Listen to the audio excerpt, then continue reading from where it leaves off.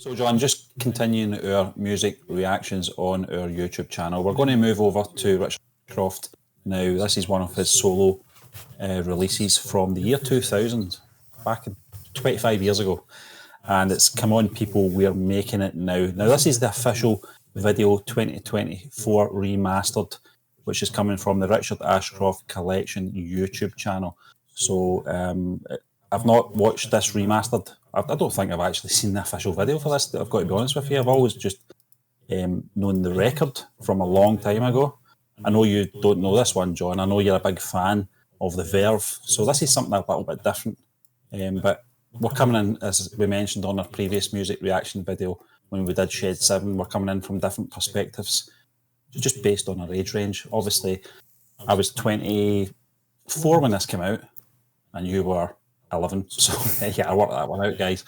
So it's coming from a different perspective. We don't pretend to not know songs, or one or the other doesn't know the song. In this case, John isn't familiar with this song. I am, but I've not seen the official video, so I'm looking forward to seeing what this is all about. Just for clarity, Steve, this is definitely this version I've got up here, which is the 2024 official video from the Richard Ashcroft collection. Right, that's fine. We're cooking. Stephen, I don't know much about the song. I obviously love Richard and his work with the Verve, and I know a couple of his bigger hits, but there's a whole variety of songs from him and even the Verve. I'm not going to sit here and say I know all the Verve songs. I know the bigger songs: Sonnet, Bittersweet Symphony, Drugs Don't Work, Lucky Man. That less than stellar one they released when they came back for Glastonbury. They brought an album out. Love Is Real. I know the hits, but there's a whole variety that I'm not aware of. Never seen the video, never heard the song. I can get on board with the message. Come on, people. People, come on. Even now. It speaks to the heart. Because people do. We need to coerce people into being better. I don't know if that's the message he's trying to tell, Richard. We'll find out when we press play, Stephen. Very iconic voice. His vocals are certainly unique. And in terms of looks, a very unique individual. So hopefully they've captured that wonderfully in the 4K remastered video. Stephen, shall we press play and a 3 and a 2 and a what? Copyright? Before we do that, we're going to have to take breaks. Yeah, we are going to have to take breaks. You're quite correct. 1 minute intervals every minute. Yeah. Pause to try and circumvent copyright. If there is any issues with copyright, though, we may even be able to circumvent it again by going to Patreon and watching it free over there. There'll be a link down below in the description. You click on that, you go to our Patreon, free of charge. You'll get to watch the reaction. Stephen, shall we press play though in a 3, 2, 1, play.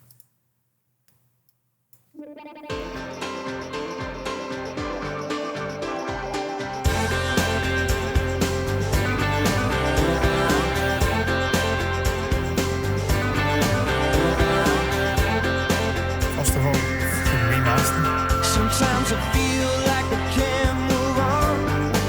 This is the remastered part.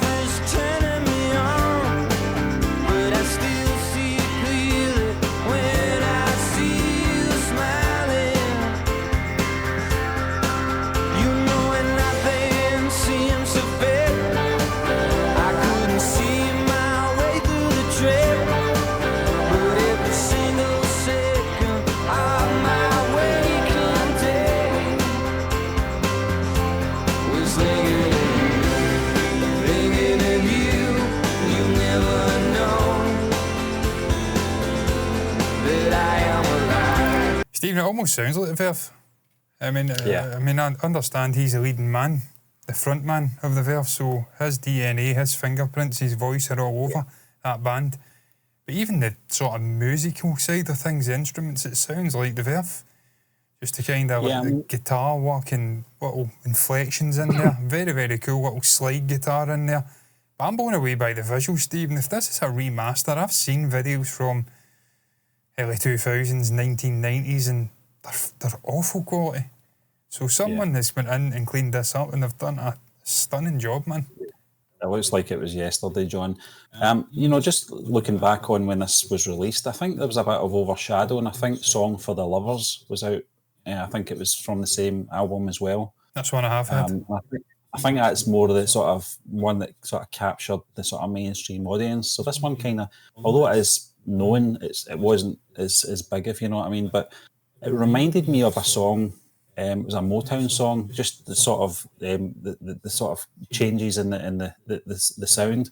It sounded very similar to a song called "Reach Out." I can't remember who sang the song, but it was very similar to that. And I thought, oh, Richard, you're doing that again. Watch what you're doing, you know. So it's very upbeat. I think it's a very upbeat song for Richard Ashcroft as well. A good tempo to it. Yeah, you try to say he's there. Yeah. We'll get back into it. Stephen, 3, 2, 1, play. It's such a good voice, honestly. And there are so many things I can do, just like falling in love with you. So take my hand now, understanding you can come here too. Come on, people making it now. Yeah, yeah,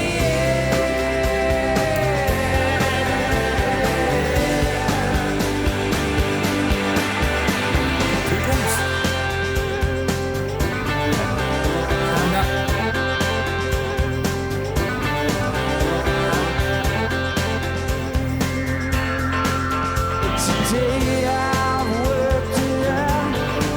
I got something I can shout about. Someone who believes in. Yeah, Stephen, the guitar work is sublime. There's a subtle little wah going on in there. I can hear it right there. Wow, wow, wow, wow. And there's obviously heavily delayed stuff going on. I forget the guitarist from the Verve, but he loved that sort of stuff. You hear it in Sonnet and things like that. Really heavily, sort of, what do you call them again? Oh, God, can't remember. There's a name for it. Delays and things like that, the actual name of the effects. But he used that a lot. You can see there's a lot of inspiration. I don't know if that's down to Richard maybe relaying to them, like, I want it to sound like this. But sometimes you see solo artists who have been part of big bands going out and doing their own thing, and they want a completely different sound. But this feels like it is a natural continuation of the Verve. It's a very, very good song. Yeah, I think in terms of the timing of it, I think this came out in 2000, and so you're only talking Couple of years. maybe 2 years since Urban Hymns, so there's going to be that sort of bleed over, isn't there? You It's know, in almost terms like of sound. Harrison and Mackie and Yeah, Lennon and I after think- the Beatles. You Yeah, can hear exactly. some And I of the think in inspiration. terms of Richard Ashcroft, and you know what you're going to expect from a Richard Ashcroft release. It's going to be about his vocals, but it's good that you're picking out those instrumentals, John, because as I said, you know, it is there is going to be a bleed over in terms of that sort of sound, and it's definitely a classic Richard Ashcroft sound. You know, and we know obviously the influence he had on the band as well, and having that unique sound that made them what they were. Yeah. And it's going to have that sort of effect on his solo career, certainly at this point anyway in his career. You can hear it in little moments. It's like, it's very kind of Verve. Play, Stephen, in 3, 2, 1, play. I like to press there, sorry.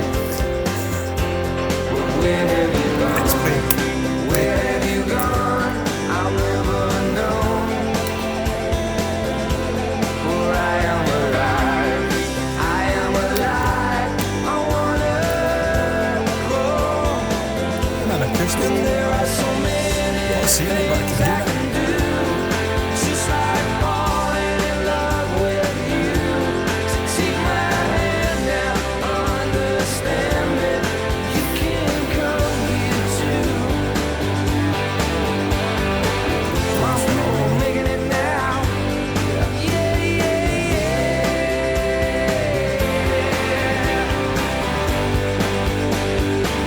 We're making it now. Yeah, yeah.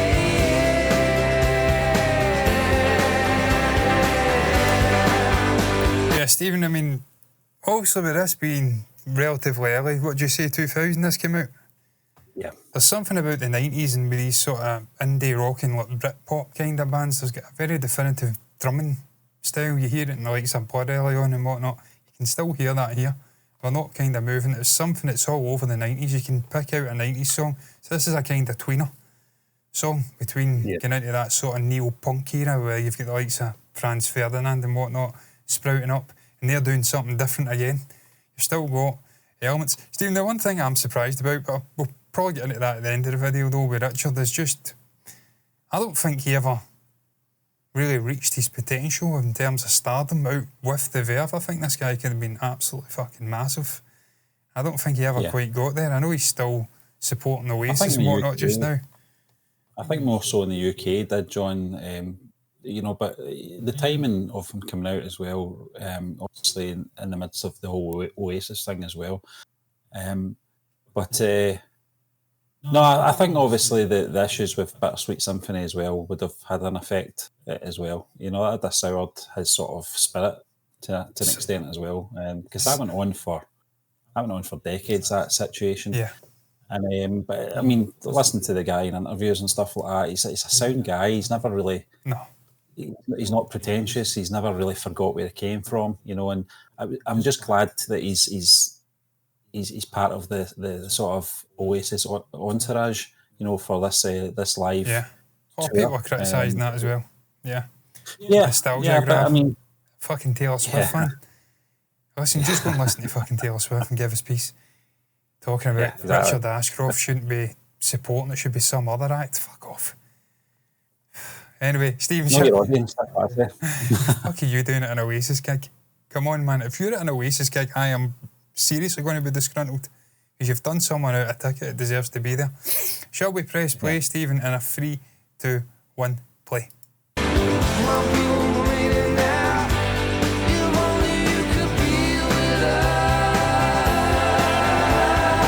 That voice, yeah, it's just fantastic. He's got a grip in his voice.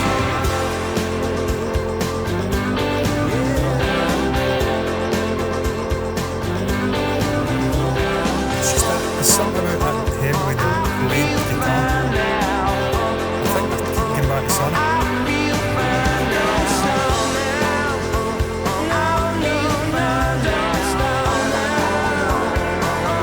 Doesn't matter. That fucking is the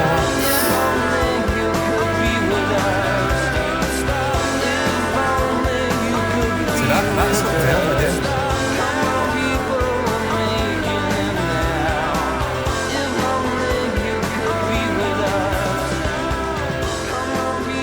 Very good, man. Very, very good. Stephen, there's something about a 3-3-5 kind of guitar with humbuckers, man, in that sort of genre that just works. It just rocks the tits off you if you've got them. Male or female, it just works. It just does. It's just got a punch. I mean, I've got a 3-3-5, and when I plug it into my amp, man, it's so much louder. The output, it's like, for fuck's sake, you get assaulted with it. So there's something about that guitar. Noel's got it. Bonehead and Oasis and Gem, they've all got variations of it. Epiphones. So many other bands from that era have got those kind of 3-3-5 guitars. Obviously with Verve, it's, I think, more a Strat. Your man uses in Verve, but even at the end there, you can hear the sort of guitar stuff. It's kind of like repeating, and it's delayed, quite heavily delayed. It's just get the fingerprints of Verve all over it. It's a fucking great song. I don't know how I've not heard it, Stephen, because I had heard songs for a lover. The Lovers, Yeah, for Lovers. That was one of his bigger ones. I think that's the more famous one from that period, John. If you did like that song, there is a version that was released maybe about 3, 4, 5 years ago. It features Liam Gallagher singing the leads, so, and it's pretty good. It's a good version, and it's funny. It's a kind of mix between the Verve and Oasis sound of it, obviously, but it's a good interpretation of the original song. But it's always been a song that's kind of stayed with me in terms of his sort of back catalogue. I don't know why. I think it was just the period it came out. I was a fan of the Verve, so when this album came out, it was very interesting to see how it would sound. But I was, in a way, I was kind of glad he didn't go off in another direction, not to sound like he previously sounded. In terms of the instrumentation and his vocals, because I think he's such a great singer. You know, you don't want him to change. You don't want him to do what Dylan did, you know, in the sort of mid-70s, you know, changed his voice because he's got such a unique voice, a very iconic voice as well. I felt this video and this song was probably the sort of perfect choice in terms of highlighting how good his voice is. We all know, if you're a fan of the Verve, you'll know how good Richard Ashcroft's voice is anyway, but in terms of that sort of upbeat tempo, something a little bit different from anything you might have heard on Urban Hymns. It's the order as well, Stephen, of a man. I mean, he's just a perfect frontman. You've seen it in the Bittersweet video, just the way he holds himself, the swagger, the look, the hair, the shirt opened, sort of chain. He's just got an unbelievable aura off him. Obviously, someone says in the comments as well, what was it? He looks gorgeous in this video, also that's not something I would share. But as a woman that's saying it. But, I mean, you can see sort of musicianship as well. He's not just a singer, the guy's getting on the sort of keyboard and playing musically as well. So, just a phenomenal singer, phenomenal artist, phenomenal frontman. He's a guy that I've got fond memories of growing up. I was a little bit too young to appreciate the Verve in their fullest sort of form at the time, but I do remember Bittersweet Symphony on the likes of MTV and whatnot back in the day, and watching that and being in awe. Him and Jarvis Cocker and the Gallagher brothers and Blur and all of that, those bands, man, they were in and about my sort of life sonically as a kid, and I feel enormously grateful that I got to grow up in what I think is the last great decade in terms of musical output. What came afterwards was little residual trickles into the early 2000s, but now, sadly, the younger generations are getting served up absolute shit. Forgetful pish that sticks in your brain for a week or two and then it's gone. Back then, that's proper music. Someone said it, for the youngins, this is proper music. It's true. That's proper music. Proper song from a proper singer. What's your thoughts though? Richard Ashcroft, come on, people were making it now. What's your thoughts on it? When did you first hear it? Did it somehow miss you? I don't know, it's missed me. I'm 36. Don't know how the fuck that happened. But then I can always rely on Stephen to sort me out. Keep saying it, Stephen. How many times have we been having a swag, as we like to say, we've had a little guess, the song kind of thing, and your knowledge on fucking stuff from the 80s and 90s is ridiculous, man. You need to go on fucking Clyde, take on Gary Spence and beat him at the guess the song stuff. So I can always rely on you to fire a couple of epic tunes my way. And it's cool what we're kind of doing this now in terms of content. Whether it resonates with people, time will tell, but certainly I get to win. Because there's content for the channel and I get to discover songs on the go as well. So, and I'm sure I can fire a couple into Stephen as well. That he'll perhaps not know. Don't know what that will be. Maybe Biffy or something like that. Stephen's not a Biffy man. I'll throw some Biffy in his way and see what he thinks of that. But what's your thoughts? Share your thoughts down below. Anything at all, pop it down below in the comment section. Like the video if you've enjoyed it. Subscribe to the channel, hit the bell icon to get notifications. And until the next time, all that's left to be said, thank you for watching us. Bye bye.